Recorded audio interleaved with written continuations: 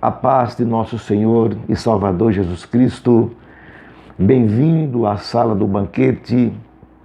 Vamos degustar porções da palavra do Senhor, que é o nosso pão diário. Nesse seu espaço, a Escola Bíblica em seu lar, nós vamos junto participar da 11ª lição, que tem como título Atributos da unidade da fé: humildade, mansidão e longanimidade. Se você não é inscrito, inscreva neste canal, deixe o seu like, compartilhe, acione o sininho para receber todas as postagens automaticamente em seu aparelho. E vamos discorrer neste vasto campo onde o comentarista traz para nós grandes mensagens de edificação.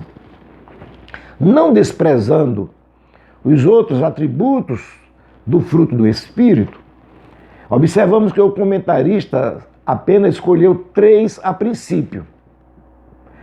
E lá no terceiro e último subtópico da lição, que nós vamos chegar lá, ele fecha com chave de ouro, dando ênfase ao amor como o atributo capaz de enunciar o perdão. Isso é maravilhoso. A omissão dos outros não quer dizer que não sejam importantes. Claro que não. Mas esses 3 atributos escolhidos, eles são indispensáveis para a manutenção da unidade da fé. O objetivo geral desta lição é mostrar que a unidade na Igreja de Cristo é o resultado da humildade, mansidão e longanimidade na vida dos crentes. Isto é gratificante, isto é magnífico. Temos a nossa leitura bíblica em classe, que está no capítulo 4, versículo 1 ao 4 da carta de Paulo aos Efésios, e também Colossenses, capítulo 1, versículo 9 a 12, que nós vamos discorrer a nossa lição. O nosso textuário está inserido na nossa lição, mas ele diz assim: rogo-vos, pois eu, o preso do Senhor, que andeis como é digno da vossa vocação com que fostes chamados. A verdade prática diz que a unidade na igreja depende de que os crentes evidenciem no cotidiano a humildade, a mansidão e a longanimidade. A nossa introdução, observamos aqui que, fazendo uma reflexão as lições anteriores, baseado nos 3 primeiros capítulos, que observamos que os 3 primeiros, Paulo doutrina a igreja de um modo coletivo, ele mostrando à igreja o glorioso propósito, o plano de Deus em Cristo, e ele faz assim aquela doutrinação. Observamos que ele intercedeu para que viéssemos a conhecer o seu esplêndido plano, a conhecer as bênçãos de Deus oferecidas, como o seu amor, o seu poder. Tudo isso Paulo ensinou, Paulo propagou, Paulo doutrinou a igreja no princípio. Agora, ele parte para o individual. E quando Paulo parte para o individual, ele tem um propósito exclusivo de fortalecer o funcionalismo deste grande edifício que estava sendo edificado para a morada de Deus no Espírito. É por isso que nós observamos no capítulo 2 e versículo 22 da outra lição da carta aos Efésios, quando Paulo mostra a demoestação sobre os crentes e a conscientização como o edifício estava sendo edificado.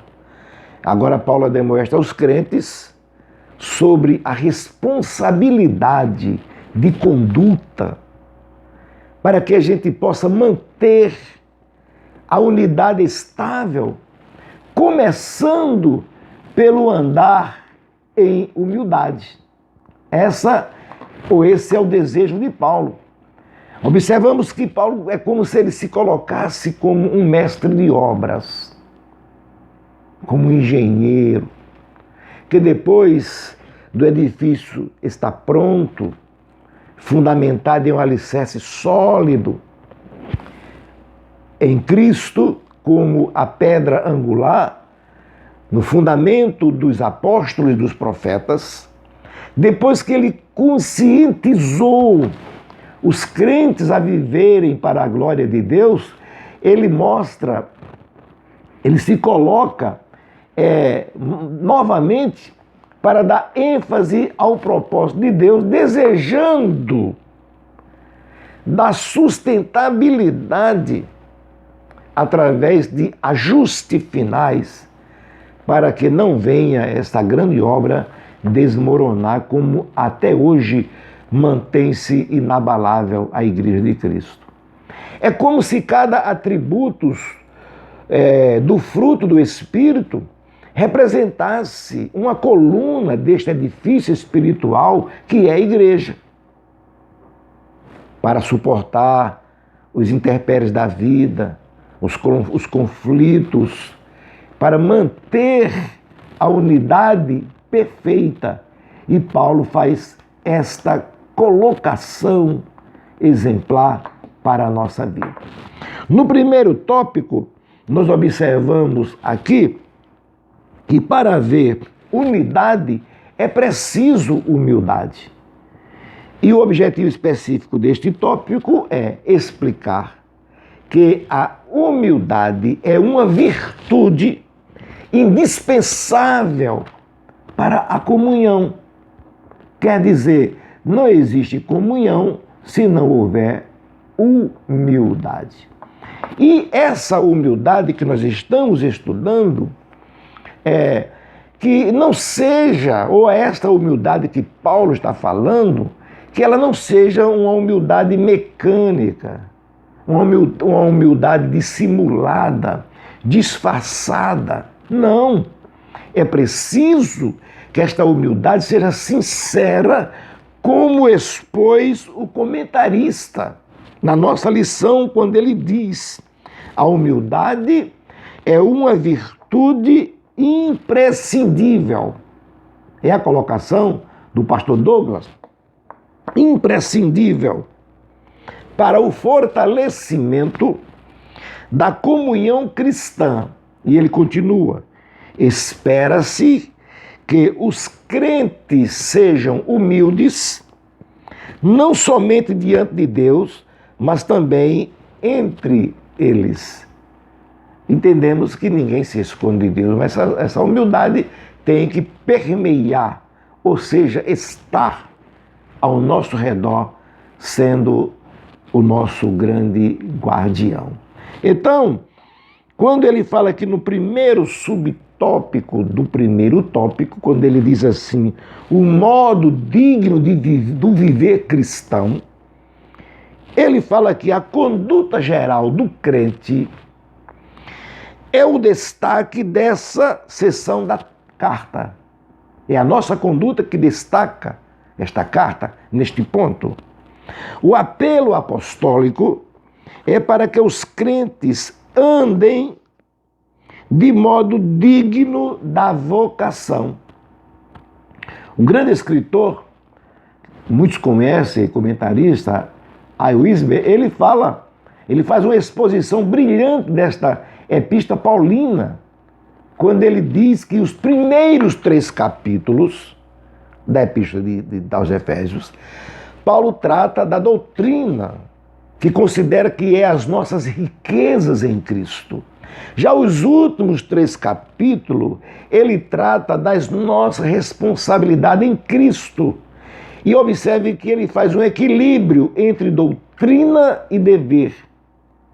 É muito maravilhoso quando nós olhamos para a palavra de Deus e verificamos a sua veracidade. Então, é o trabalho que o apóstolo Paulo tem e faz nesta epístola para que o nome do Senhor seja glorificado. Observe que Paulo faz uma acoplagem. Ele conecta doutrina e o modo de viver, ou seja, a vida diária de cada crente. Porque a doutrina, ela reflete no comportamento cristão ou cristão. A doutrina, ela é o alicerce da vida. Quando ele diz aqui, qual é o objetivo da doutrina, no final do primeiro subtópico ele diz, nesse sentido, quer dizer, a doutrina nesse sentido, é a fim de desenvolver essa unidade, o apóstolo Paulo apresenta 3 virtudes essenciais. Quando ele diz aqui a humildade, a mansidão e a longanimidade. Então, é o valor do modo do cristão viver com humildade que reflete no nosso comportamento. O segundo subtópico do primeiro tópico fala sobre a humildade. E há um provérbio há anos, há muitos que a gente ouve, quem estuda, quem lê, há um provérbio que diz que a humildade é a graça que perdemos quando descobrimos que a possuímos. Está entendendo? Então veja o segredo e o valor da humildade. Quando nós conseguirmos aceitar, ocupar o 3º lugar ou o último e dar o 1º lugar para Cristo e o 2º para o nosso próximo, então essa atitude vai revelar que verdadeiramente nós somos humildes, como diz lá em Filipenses, o capítulo 2 e o versículo de número 3, que o comentarista colocou na nossa lição, quando ele diz aqui, na nossa Bíblia, diz assim, Filipenses 2 e 3, que diz, nada façais por contendas ou vanglória. Tem versão que diz partidarismo, mas por humildade, aí onde pesa. Cada um considera os outros superiores a si mesmo. Então, quando nós observamos aqui que para os povos pagãos, a humildade não era uma virtude, era uma fraqueza, era falta de amor próprio, mas na vida de Cristo, a humildade ela aparece como virtude. É muito importante quando a gente observa isso. Para o homem natural, é assim. Então Jesus deixa muito claro que o Pai colocou nas suas mãos e colocou tudo sobre a sua responsabilidade. E por isso ele se sente responsabilizado pelo patrimônio do Pai, que é também dele, que é a igreja. Então, João, o capítulo 13 e o versículo 3, diz aqui que no Evangelho de João, nosso Senhor lavou os pés dos apóstolos, dando exemplo de humildade. Então, nós observamos uma coisa maravilhosa, que muitas vezes nós lemos e nós não procuramos entender. Nesse ato que Jesus fez, não serve de regra para que você tenha que lavar os pés de A ou de B, não. Veja que ele deu lições de humildade. Ele substitui as vestes normais de um convidado a servir-se da mesa. E ele toma as vestes daqueles que preparam as mesas. Já pensou nessa condição? Jesus é o mais sublime exemplo de humildade que temos. Nesse gesto singular, ele troca o seu manto de rabino pelo simples avental do servo. Ele toma os instrumentos de um servo e pôs-se a servir. É isso que ele demonstrou aos seus discípulos. Então, foi o oposto dos fariseus, que faziam tudo aparentemente, conforme o comentarista aqui frisou em Mateus, o capítulo 23, versículo 28, né? Mas observamos que Paulo, ele dá a ênfase aos filipenses, dizendo no capítulo 2, versículo 3, que Jesus, como um grande exemplo, ele esvaziou-se, assumindo a posição de servo para nos salvar. Então, é isso que nos faz feliz, é isso que nos alegra na presença do Senhor.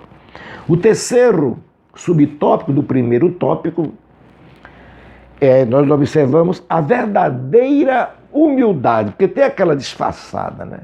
Então o comentarista, ele coloca Jesus e também ele pega os ensinos de Paulo, mostrando como devem proceder aqueles que almejam serem humildes.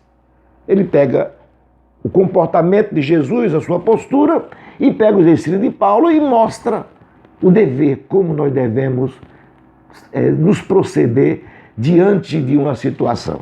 Então ele diz aqui, em oposição, está lá quase no final, em oposição ao orgulho e arrogância, trata-se de uma postura que favorece o bem coletivo no lugar do egoísmo.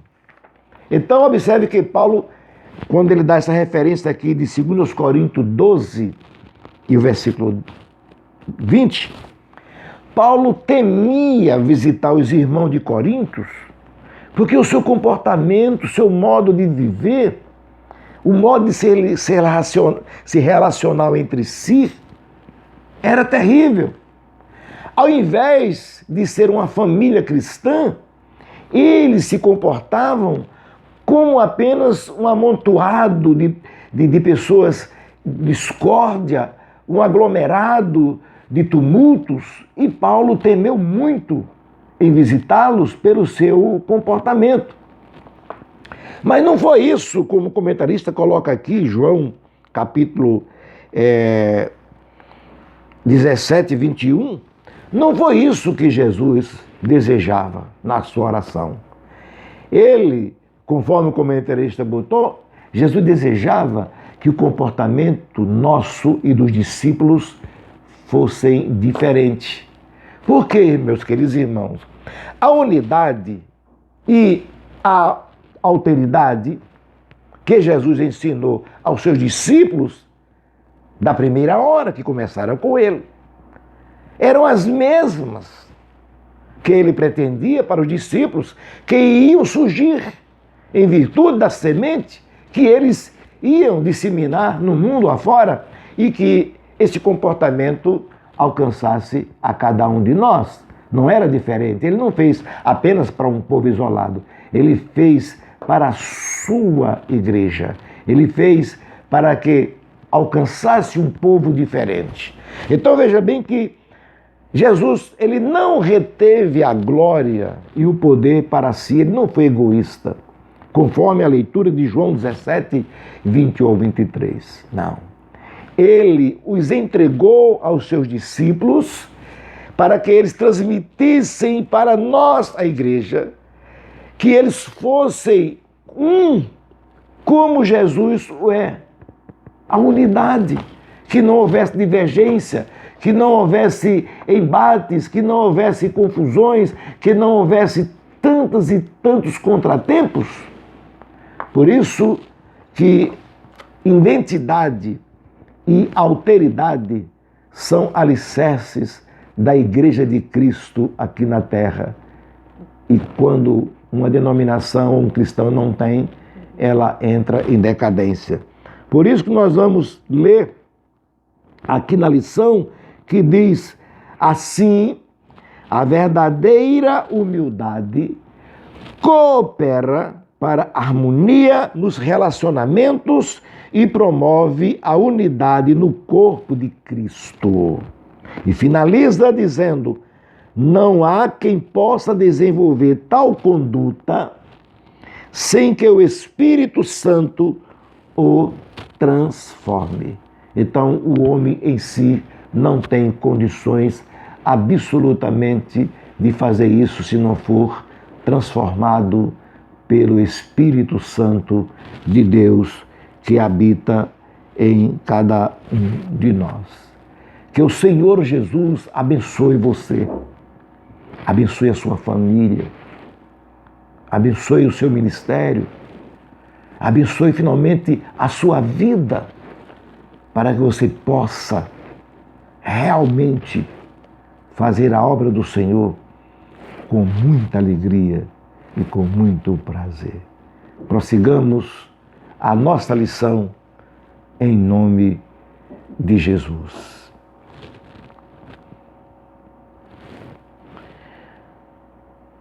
O segundo tópico diz assim: para haver unidade é preciso mansidão. O objetivo desse tópico diz o seguinte: é enfatizar, ou seja, dar ênfase que a mansidão produz crentes que promovem a paz e a conciliação. Ser manso não quer dizer ser covarde, como diz aqui o comentarista. A mansidão, ela produz, ela gera crentes capacitados. A mansidão, ela gera crentes apaziguadores, que não criam conflitos na sua igreja, onde esteja. Pelo contrário, eles buscam a unidade pela conciliação. Quando você vê o irmão contencioso, é porque ele não tem mansidão. Ele é egoísta, ele procura os seus próprios interesses e Deus não está nessa situação. O primeiro subtópico fala mansidão, um fruto do Espírito. Então nós observamos que a virtude da mansidão produz crentes capacitados para fazer esta obra excelente. Então, a palavra mansidão, como diz aqui, transmite o conceito de ternura, gentileza, cortesia, paciência, como diz 2 Coríntios, capítulo 2, 10 e versículo 1. Mas você pergunta, mas como identificar um crente manso? É simples.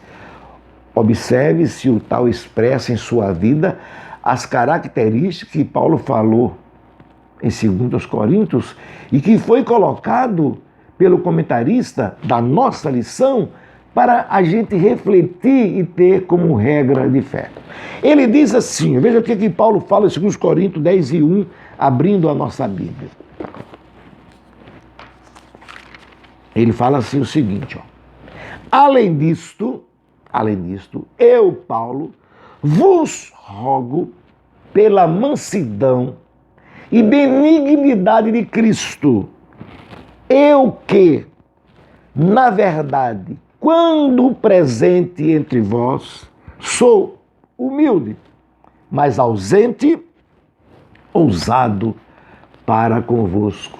Veja que sinceridade de um homem manso, de um homem humilde. Muitos pensam que Jesus nos chamou apenas à salvação e que podemos viver uma vida estática, infrutífera, parada. Não. Ele nos chamou para ser seu aluno, e este aluno bem aplicado. Foi isso que ele nos chamou. Por quê? Porque se ele sabe que Se você não aprender, com ele você não vai conseguir. Veja bem que para que possamos viver uma vida progressiva na fé cristã, no dia a dia, muitos não conseguem, têm dificuldade, mas foi para isso que Jesus nos chamou. Não era para ter uma vida parada, mas para ter uma vida progressiva. Por isso que muitas pessoas não conseguem cantar o hino da harpa cristã 88, que todo mundo conhece, principalmente os assembleianos, com inteireza de coração, com sinceridade, quando ele diz: Jesus, meu Rei, Mestre e Senhor. Parece até uma ironia, mas não é uma realidade. Porque Jesus, para muitos, não é rei. Ele não quer ser súdito, ser submisso. Para muitos, Jesus não é mestre, porque ele não senta-se para ouvir e aprender dele. E muito menos Senhor, porque ele não quer ser servo. Então, Jesus nos chamou para aprender com ele e dele, para sermos servos fiéis, aluno perfeito, e para que fôssemos dando frutos por onde quer que nós passamos. O segundo subtópico do segundo tópico diz grandes exemplos de mansidão. Aí o comentarista, ele colocou Jesus e Moisés. E Moisés deu provas de sua mansidão diante dos conflitos, diante de tantas e tantas coisas. Mas todas as vezes que Moisés estava em apuros, a sua mansidão atraía Deus ao seu socorro. Veja que naquele conflito de Números, capítulo 12, versículo 3, quando Arão e Miriam se reuniram, simplesmente porque ele tinha casado com uma mulher etíope, que você encontra na sua Bíblia como uma mulher cusita, cuxita e tal. É problema de tradução, ou transliteração, é mais uma tradução. E eles contenderam com Moisés e Deus se fez presente. Deus chegou na porta da tenda. Então Moisés não questionou, porque ele era um exemplo de um homem manso, a ponto de estar escrito que ele era o homem mais manso da terra.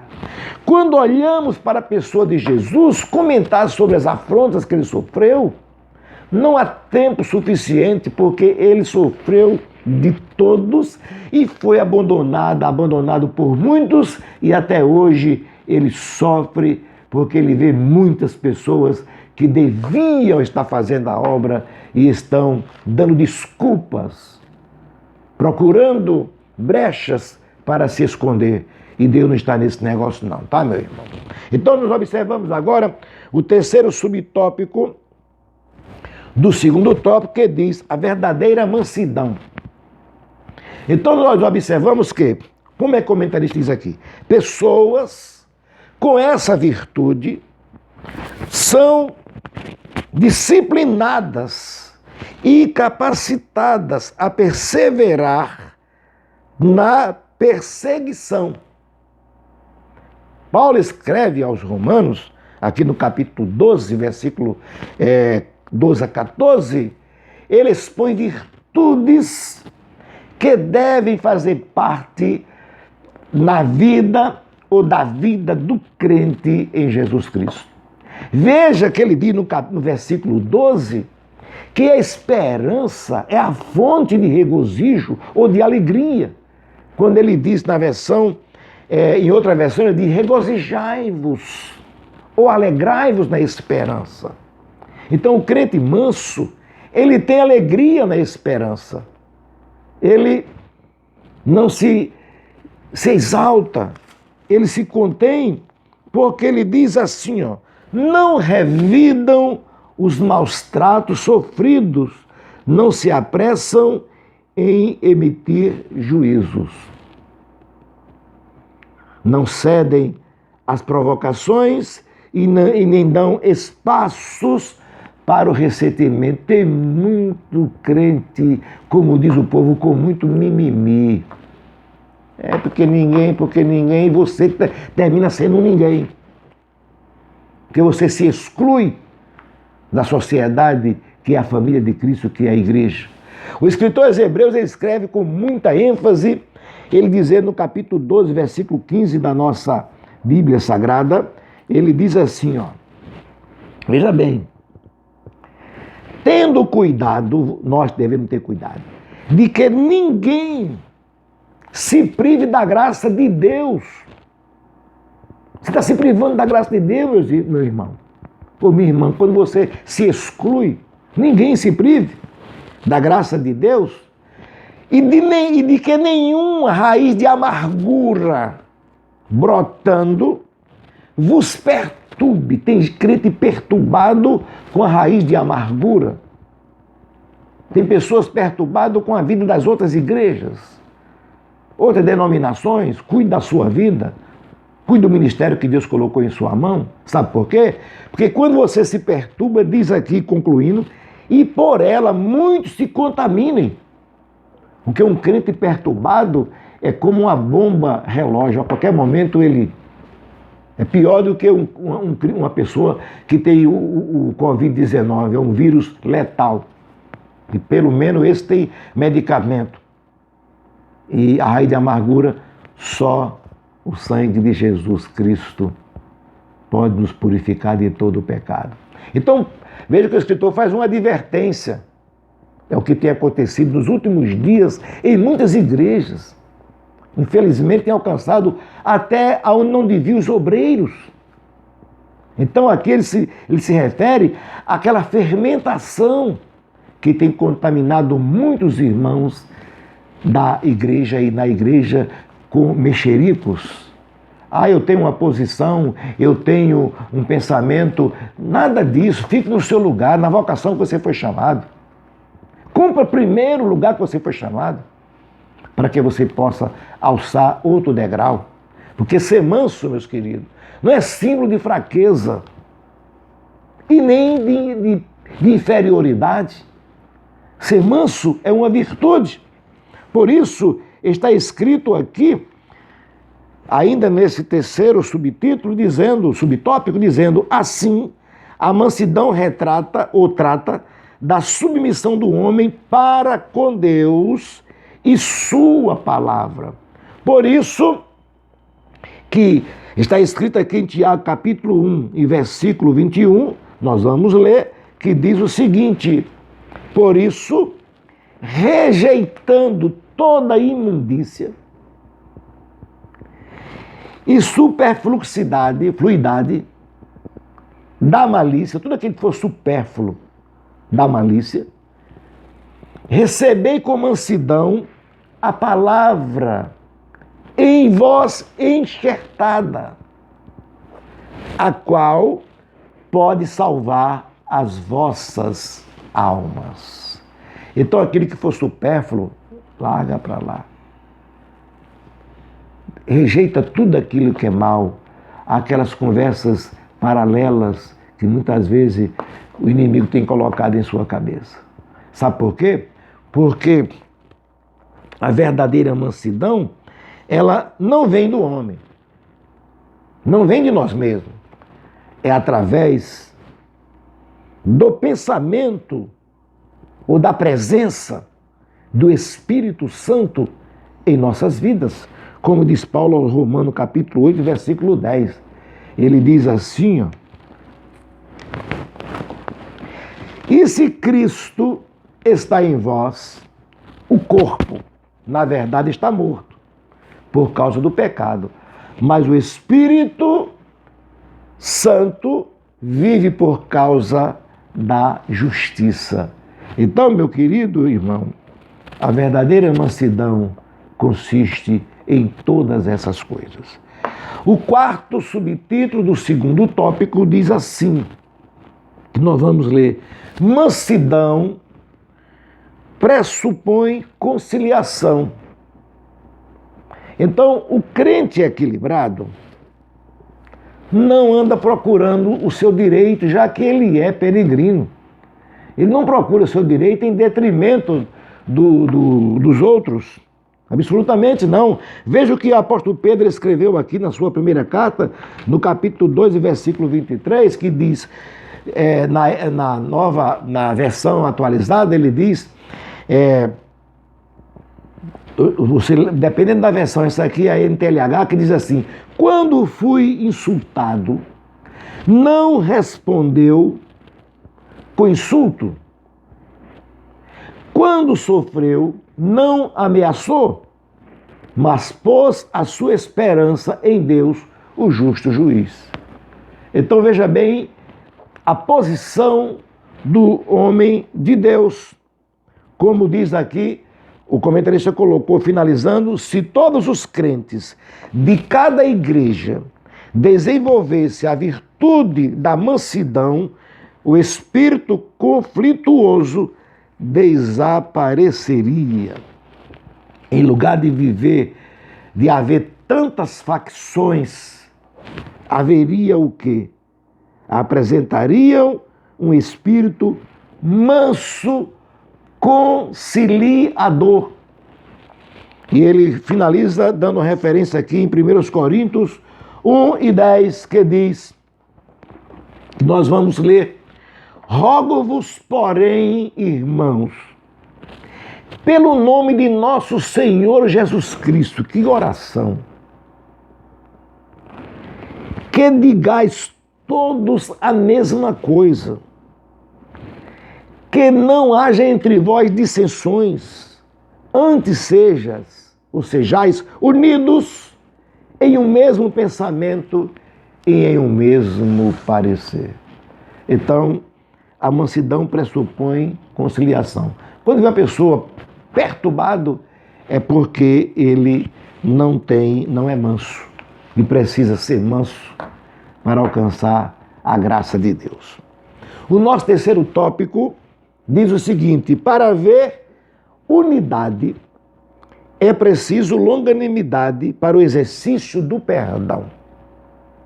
Entendeu? Para haver unidade, é necessário ter longanimidade. Tem pessoas que é muito desesperada. Então, nós observamos aqui que longanimidade, que é o primeiro subtítulo do terceiro tópico, um fruto do Espírito. Quando ele diz longanimidade, tem o sentido de paciência, tolerância e constância. É o que o apóstolo Pedro fala na sua primeira carta, no capítulo 3, versículo 20. Quando Deus, na sua longanimidade, ele está dizendo, tolerou uma geração até a arca ficar pronta. Ele se referia a Noé. E essa tolerância não era consentimento ao pecado, era tempo. E tem crente que não tem tempo, não tolera. Enquanto o irmão está lá, o irmão adoeceu na fé, logo excluído da igreja, manda embora. Era para que desse tempo ao povo se arrepender no período que Noé construía a arca. E na sua segunda carta, capítulo 3, versículo 9, o apóstolo Pedro continua dizendo, para a nossa meditação, que ele afirma que as promessas de Deus se cumprirá. Parece tardar, mas não. É porque a sua longanimidade, ele está dizendo, na sua longanimidade, a longanimidade de Deus, ele espera para que todos se arrependam e não venham a se perder. Dá muito trabalho ganhar uma alma, mas tem pessoas que não têm paciência, que joga logo fora. Meu pai dizia quando eu era vivo, não se mata um cavalo apenas porque ele está manco de uma perna. É melhor cuidar para que tenha um cavalo e uma alma vale mais do que o mundo inteiro. Tá? O segundo subtópico do terceiro tópico diz aqui, suportando-vos uns aos outros. Veja bem que o homem carnal não consegue. Quantos crentes já disseram para mim, pastor, eu não suporto aquele irmão ou aquela irmã. Imagine se Jesus dissesse isso para você, da forma que você anda. Por que eu não vou suportar meus irmãos? Às vezes só porque o irmão ou a irmã Nem sempre concorda com ele ou com ela. Aquilo que faz ou que diz também não. E esses tais, que muitas vezes se mostram santarrões, quando eles não saem da igreja, no mínimo que eles fazem, é o primeiro sinal de crente dissimulado, irresponsável, ele sai do grupo de louvor, ele sai do grupo de oração, ele deleta os seus irmãos das redes sociais, os contatos. É muita hipocrisia para aqueles que ainda dizem que Deus fala comigo. Deus falasse com você, o seu comportamento era diferente. E se ele fala, você não passa de um crente desobediente. Eu não vou dizer que Deus não fala com você, mas se verdadeiramente ele fala, é porque demonstra que você é um crente desobediente. O que o apóstolo Paulo está dizendo, meus queridos irmãos, é que devemos suportar uns aos outros em tempos críticos e adversos da nossa vida. É muito fácil abrir a porta para aquele irmão que traz um presente, que te dá um abraço. O pastor José Carlos de Lima, meu amigo, meu pastor, admiro muito, da Assembleia de Deus do Estado da Paraíba, de onde eu fui, nasci ali.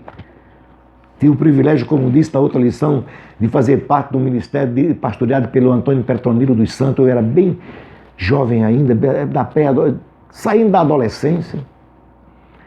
E José Carlos de Lima disse que uma certa vez ele questionou com Deus, e Deus disse assim: olha, os crentes bons da igreja é meus, o ruim é seu, cuida deles. Por isso que o pastor ele tem que ser tolerante, não na condição de tolerar o pecado, não, senhor, mas esperar, porque o comentarista compara essa ação como de suportar como um fardo que devemos suportar através do amor para com o nosso irmão.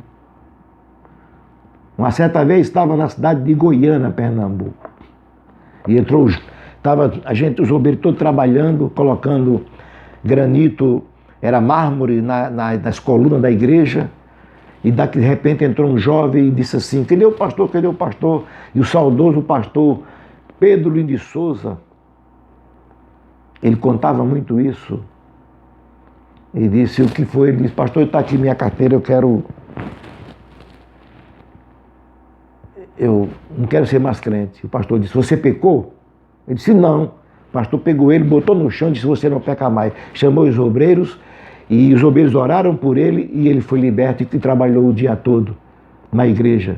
A gente estava colocando os granitos, os mármores, nas colunas da igreja lá, fazendo manutenção, limpando, e o pastor Pedro Lins contava muito isso. Aprendi muito com o nosso pastor, que hoje está na glória.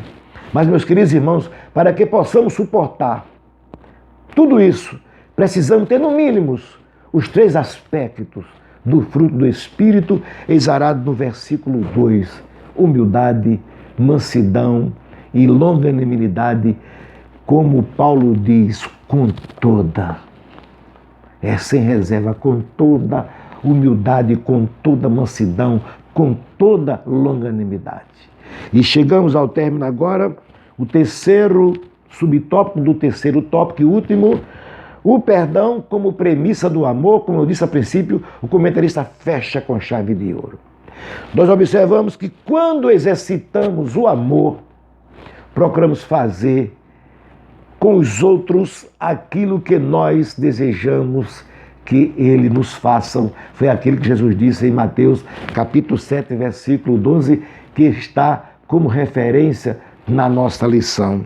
Então, encerrando, ele diz assim, quando esse estilo de vida é adotado pelos crentes, acabam-se as disputas na igreja. E conclui dizendo: vimos o convite de Paulo aos crentes para um viver digno de uma perfeita unidade. Para garanti-la, mostramos que algumas virtudes são essenciais: a humildade, que fortalece a unidade, a mansidão, que gere, não é que gera, que gere os conflitos, e a longanimidade, que suporta os erros alheios. Quando nós, vamos contextualizar o que já está no contexto aqui, quando nós conseguirmos viver estas virtudes, as dissensões desaparecerão no meio do nosso convívio e o nome de Jesus Cristo é glorificado para todo sempre. Que Deus te abençoe, que Deus te ajude, que Deus te conceda paz e alegria no Espírito Santo. Compartilhe, inscreva-se, toque no sininho, deixe o seu like para que muitas vidas sejam abençoadas em nome de Jesus. Amém. E até a próxima.